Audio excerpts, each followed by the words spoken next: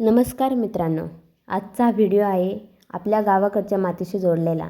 आज आपण पाहणार आहोत लसूण लावण्याची पारंपरिक पद्धत।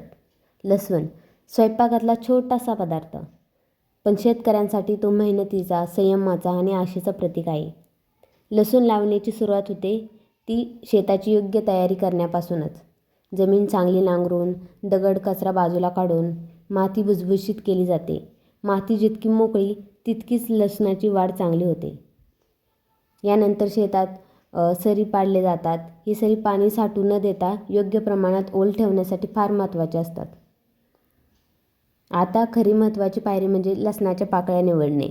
लसणाच्या ज्या मोठ्या मोठ्या पाकळ्या असतात त्याच यासाठी घेतल्या जातात। लसणाची पाकळी जेवढी चांगली तेवढा लसूण चांगला येतो। लसूण लावताना प्रत्येक पाकळीचे योग्य अंतरावर जास्त खोल न घालता लावली जाते। वरून हलकी माती टाकली जाते जेणेकरून पाकळी सहज उगवेल। बघा, या पद्धतीने असा लसूण लावला जातो।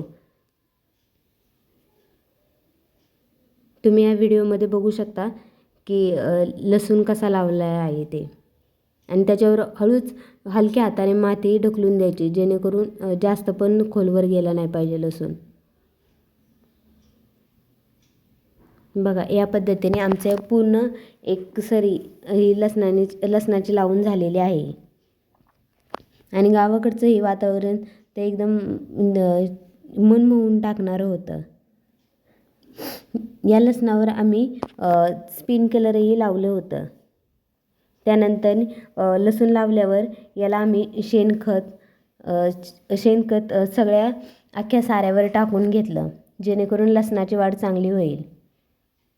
त्याचप्रमाणे शेणखत टाकल्यावर यात आम्ही कोथिंबीर म्हणजे धने आणि मेथीचे दाणे हे थोडेफार पेरून दिले जेणेकरून या लसणाबरोबर हे पालेभाज्या त्यात उगवून येतील। मग ताईंनी कोथिंबीर आणि म्हणजेच धने आणि मेथी आणि दुसरीकडे एक छोटंसं मांजर, ते त्याची एक वेगळीच मजा चालू होती। कुठे काय चाललंय हेच त्याचं बघणं चालू होतं। ती काही वेगळीच मजा चालली होती। मांजराबरोबर बॉल खेळत होते। लसूण लावणी झाल्यानंतर पाण्याचं नियोजन फार महत्त्वाचे असते। जास्त पाणी दिलं तर पाकळी कुजते आणि कमी दिलं तर त्याची वाढ खुंटते। म्हणून शेतकऱ्याचा अनुभव इथे फार उपयोगी पडतो। काही दिवसांनी मातीतून हळूहळू हिरवी पाती बाहेर येऊ लागते। तो क्षण शेतकऱ्यांचा खूप आनंद देणारा असतो, कारण त्या छोट्याशा पातीमागे त्यांचं कष्ट, त्यांची आशा दडलेली असते। लसूण वाढताना निंदणी, कोळपणी आणि वेळोवेळी लक्ष देणे हे सगळं गरजेचं असतं। हे काम कठीण असतं, तरी शेतकरी ते प्रेमाने करतो। लसूण हे केवळ पीक नाही तर आपल्या आरोग्यासाठी खूप उपयोगी औषध आहे।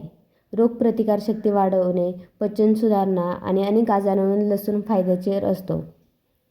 शेवटी लसूण तयार होईपर्यंत शेतकरी संयम ठेवतो, कारण शेती आपल्याला शिकवते वेळेआधी काहीच मिळत नाही। आजही आपल्या गावाकडची ही परंपरा जिवंत आहे आणि ती जपणं आपल्या सगळ्यांची जबाबदारी आहे।